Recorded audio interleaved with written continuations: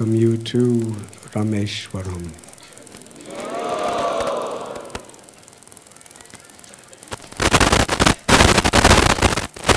I just arrived a few minutes ago.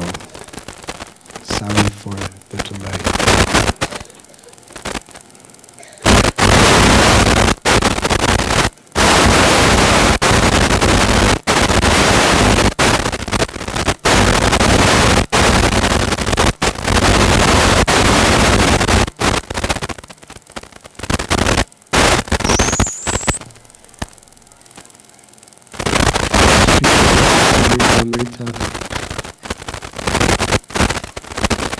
Given to us not only in the English language, but in most all of the primary languages throughout the world, by our beloved Guru Maharaj, Srila Prabhupada. Tell us about the tour of Mahaprabhu. It's the provinces of South India, of which we are celebrating the 500th anniversary of that festival. Lord Chaitanya came. I would like to tell just one story tonight.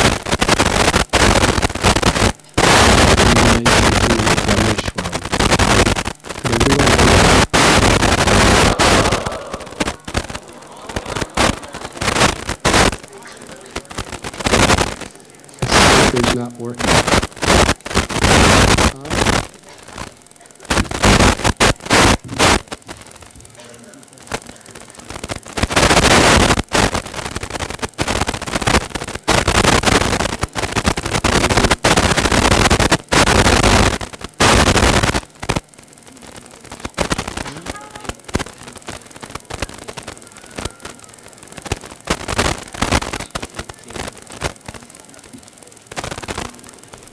Could everyone hear now?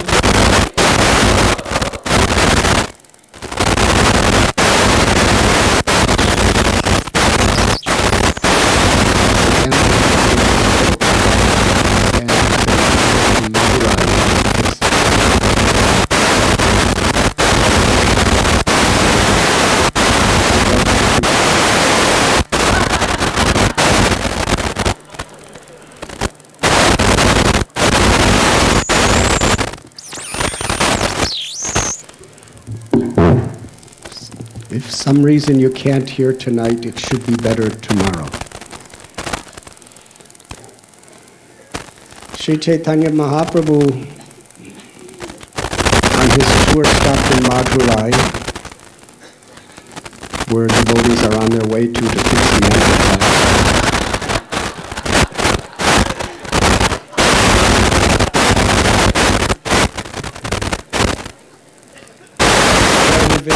Sundar, Ishwar, and Meenakshi temples. Beautiful, beautiful, wonderful architecture achievements, very famous. One Brahmin invited Sri Chaitanya Mahaprabhu to his home. The Lord went to his home at lunchtime, but nothing was prepared. Our Lord asked him, why is there no prasad?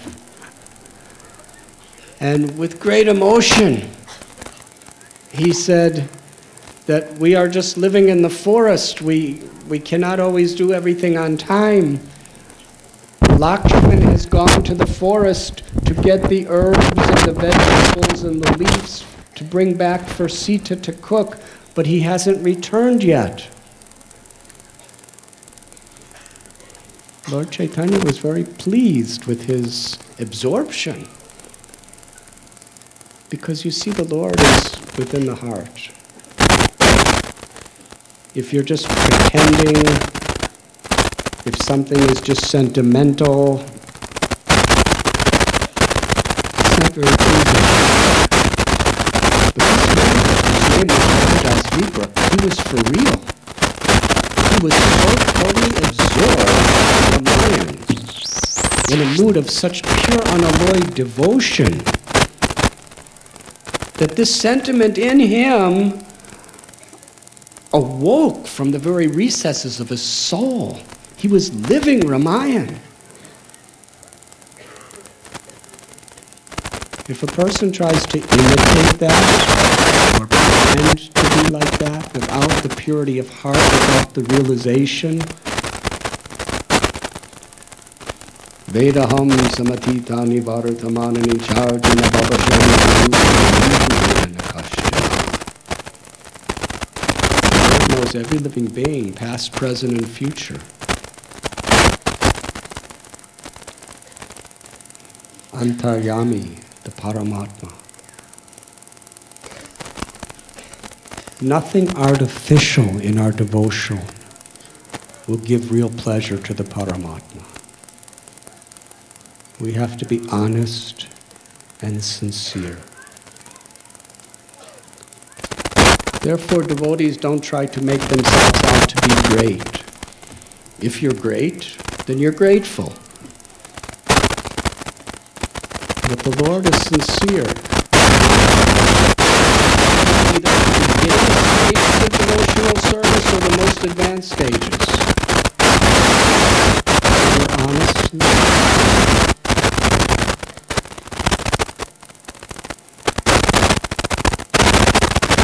Chaitanya Mahaprabhu is very much pleased by this person's genuineness of being totally absorbed, not just in reading Ramayana, but living Ramayana. Every day, his meditation was waiting for Lakshman to come back and bring the vegetables from the forest so he could assist Sita in cooking.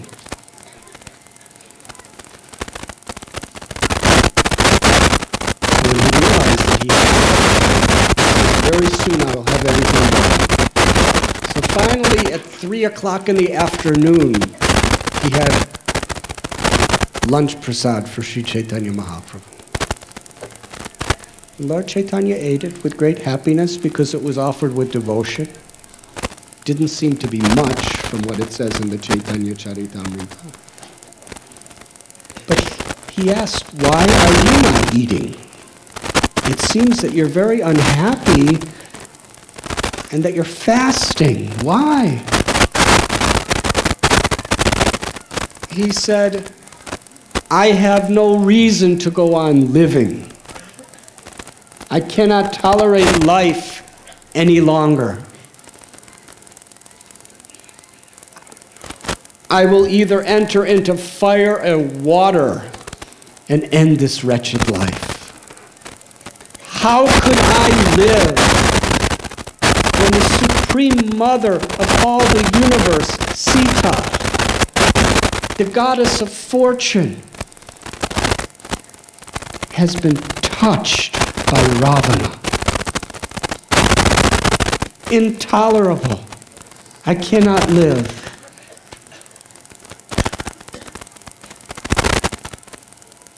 Lord Chaitanya saw how genuine his feelings were of his love for Sita.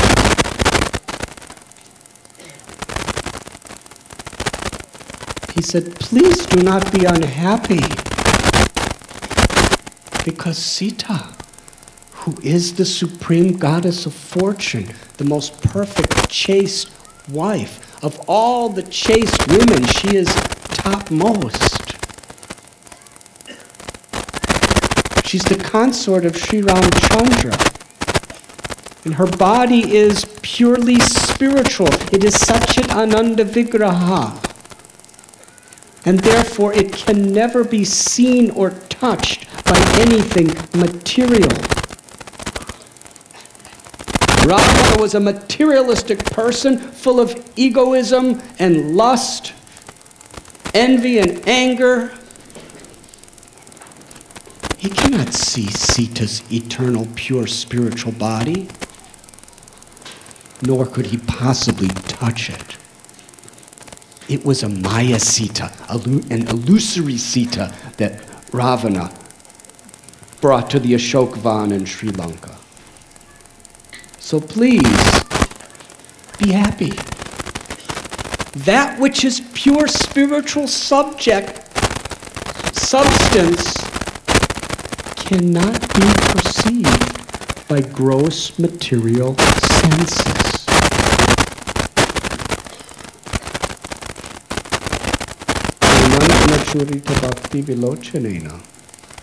One can only see the Supreme Lord or his consort when one's eyes are anointed with the salve of love. Ravana was very, very far from that realization.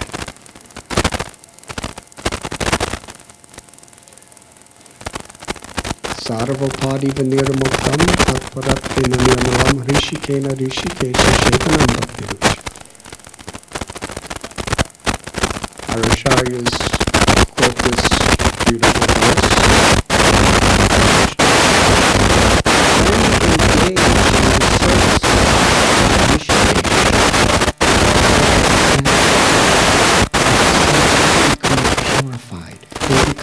Spiritualized, then we can actually see things as they are.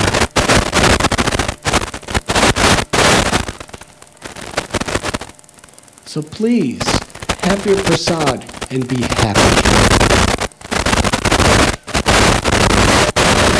Ramdas Vipra had faith in Lord Chaitanya's words because he was such deep and intimate compassion. So he took a little prasad. And it describes there that by Lord Chaitanya's compassion upon this man, he saved his life. Otherwise, he would have died. The Lord spent the night there and then continued his journey. And eventually came to Rameshwaram.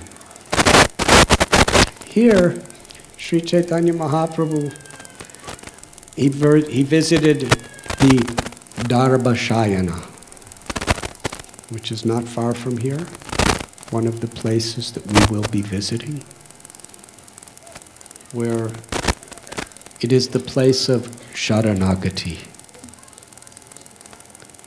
Vibhishan surrendered to Ramchandra in that place. It was there that Vibhishan gave Ram the idea that he should express his desire to cross the ocean to Samudra, the god of the ocean, and find out from the ocean predominating being how to cross. Ramchandra sat on Darba or Kusha grass for 3 days, meditating on the ocean, and the ocean didn't come. The ocean was there, Samudra Dev didn't come. We will describe all of these stories in more detail as we discuss Ramayana the next few days. But just so you know where you're going, the Lord pulled back his arrow. He was mad. He started shooting arrows in the ocean. The ocean started boiling over. His eyes alone were creating such heat.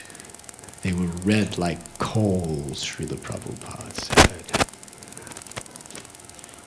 And Samudra came out and begged apologize.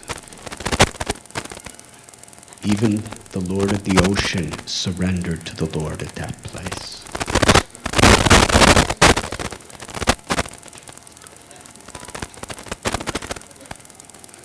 There's a temple of Lord Ramchandra that Lord Chaitanya worshipped.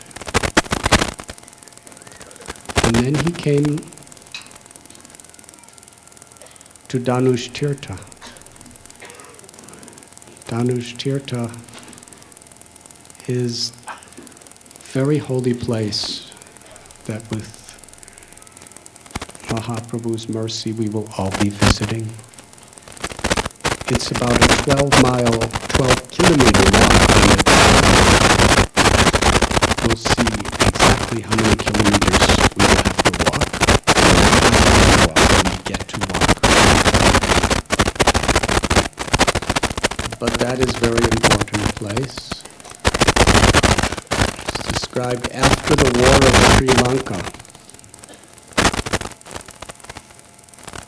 When they returned, Vibhishan, who was now the king of Lanka, he told Ram that this beautiful bridge that we have constructed,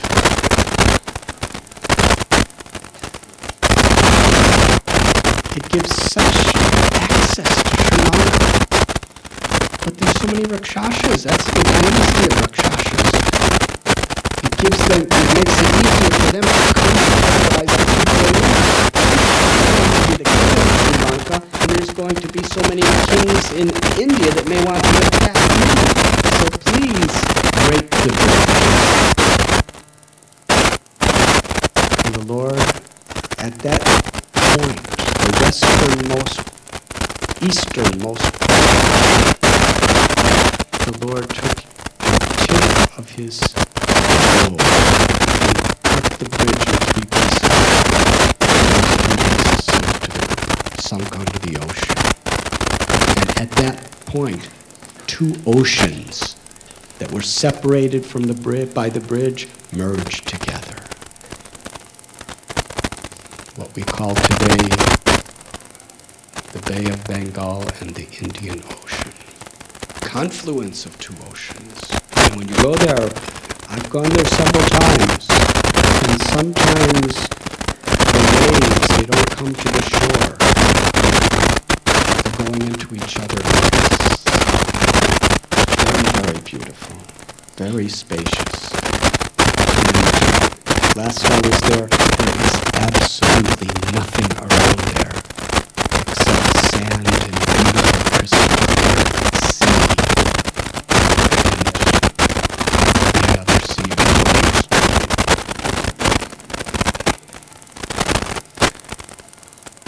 When Sri Chaitanya Mahaprabhu saw the waters merging there, he was so happy. He wanted to make this a holy place. Sri Ramchandra called for all the holy waters and all the holy tirthas in the entire universe to enter into Dhanush Tirtha.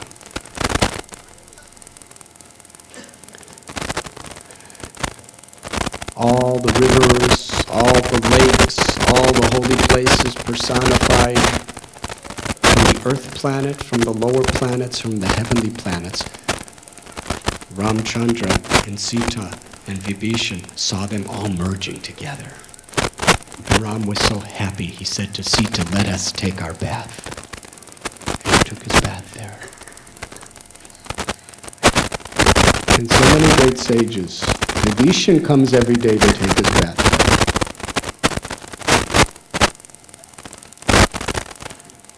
And Srila Prabhupada says, anyone who, Ramchandra said, anyone who bathes in this pool,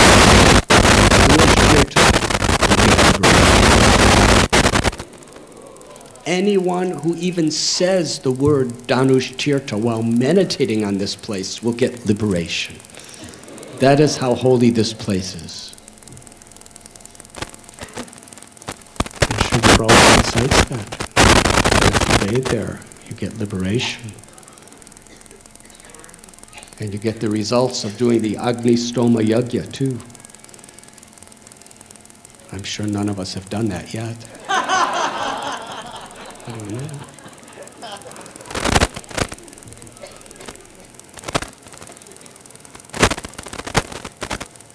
After bathing in Dhanush Tirtha, Sri Chaitanya Mahaprabhu bathed in 22 other tirthas. Actually 23.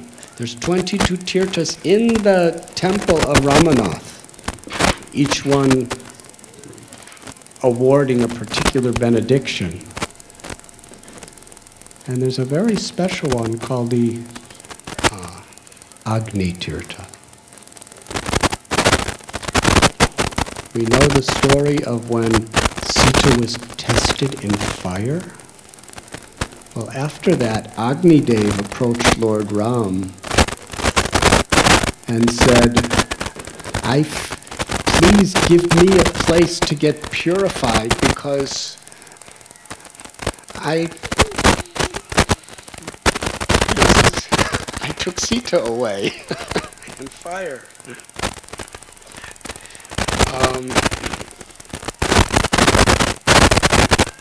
Allowing Sita to enter into fire. Give me a way to atone. So Ram, with his arrow, shot in the ground, and it created a well. And he said, you bathe here, and you will be purified. And anyone for all time to come that bathes in this place will develop the quality of real chastity. And then Sri Ramchandra, Lord Chaitanya Mahaprabhu, he went to the darshan and worshipped Ramanath or Rameshwaram, meaning two Shiva lingams, one made by the hands of Sita and one brought from Kailash by Hanumanji.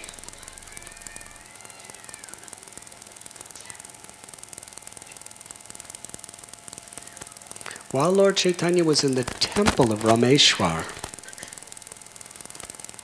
he was having Hari Katha with some very, very pure-hearted Brahmins. And during the Katha, he heard that they were reciting a section from the Kurma Purana describing the story of the chaste lady.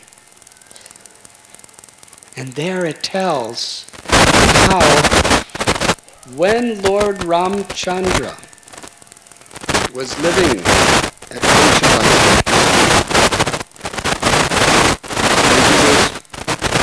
he was allured by Maricha along with Lakshman. At that time Ravana came to steal Sita. He heard about her beauty from Suparnaka and was totally infatuated. And Ravana was so egoistic. Anything good, he felt, has to be mine. This is the nature of the ego when it becomes so inflated. We cannot tolerate somebody else having something that we want.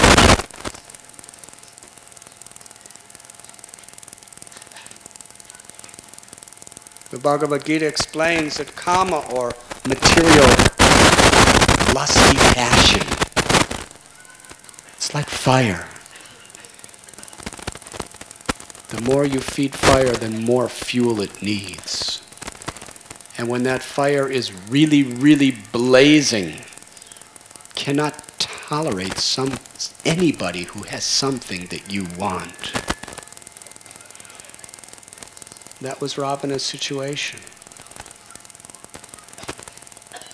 It's a condition that people spend their whole lives trying to achieve, but so foolish they do not know that there can be no satisfaction of the heart in that state. It describes in Srimad Bhagavatam that Hiranyakashipu had such power.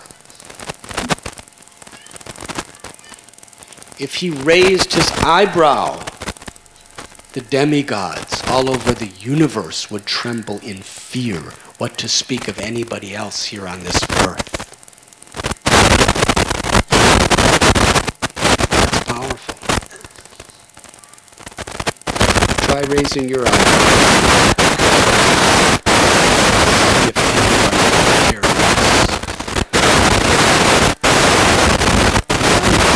Was really powerful.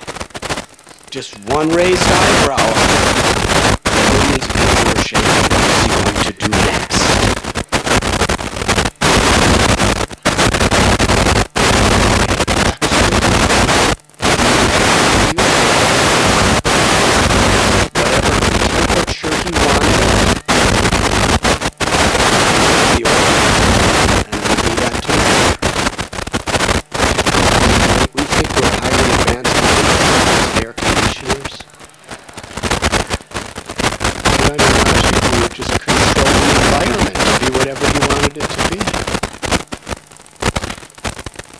Even people like Narada Muni had to appear to be obedient to him.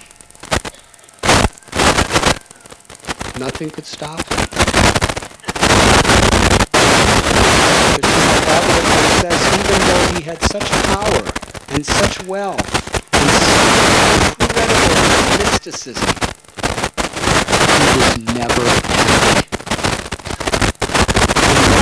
Any satisfaction or peace in his heart because he couldn't control his mind and senses.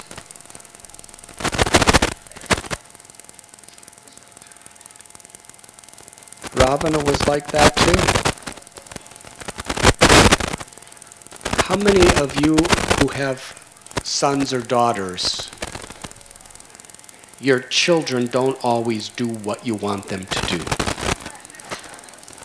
Have any of you ever had that experience?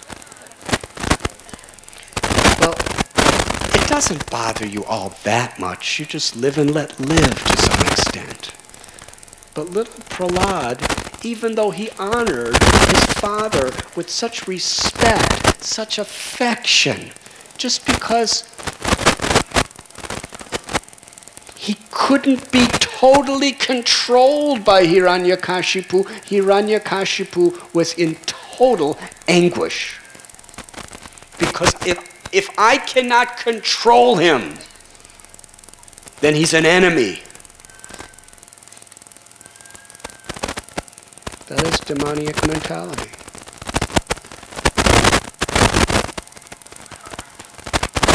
And that nature, to smaller extents,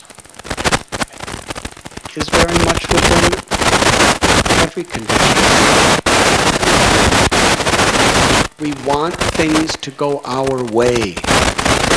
We want people to be what we want people to be. This is especially in a situation like marriage. The husband thinks my wife should be what I want her to be. But there's a problem. She isn't. And she never will be. It's just the reality of life. And the wife may want my husband should be what I expect him to be. But the problem is,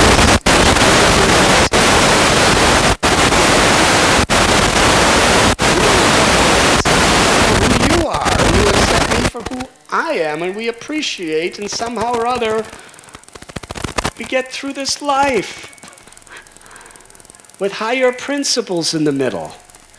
Principles that can actually bring real love.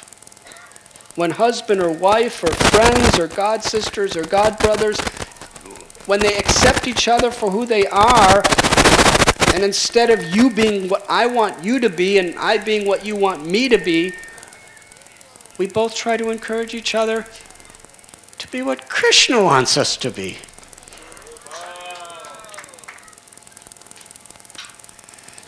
For a higher principle, and accept the differences and appreciate. So little Prahlad was the best son anybody could have. But because there was just one thing, some little philosophical difference between him and his father, it tormented his father. He actually said, if I cannot control him, then he is my enemy. If I cannot destroy him, then he will destroy me. Prahlad didn't want to destroy anybody. He was the most loving well-wisher, 5 years old.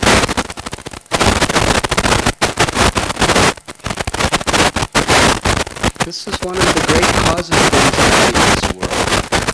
is due to our egos. We want people, we want circumstances to come out our way. We want things to be what we want them to be. Yes? But there's a control, there's a problem. We're not the controller. So it's not going to always be that way. And when we expect it to, we suffer when it's not. If we don't expect it to, we're happy. Tateno kampam susamikshemano. Lord Brahma, he is the creator. He really is a controller. Compared to us, but even he learned the lesson that he's not the supreme controller. Even if he wants to be happy being a controller, he's miserable. He's only happy when he realizes he's offered his prayer. When difficulties come upon us, instead of just, this is not the way it's supposed to be, it's not the way I want it to be, I can't tolerate it, I'm in so much distress, this person is just not the way I want him or her to be, it's intolerable.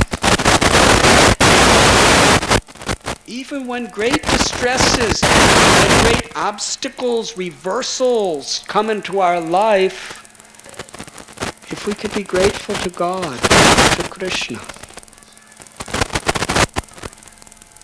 I deserve much worse. Let me take shelter of you with a grateful heart. If you can do that, when things don't go your way, you will be given the highest liberation. So here is Ravana.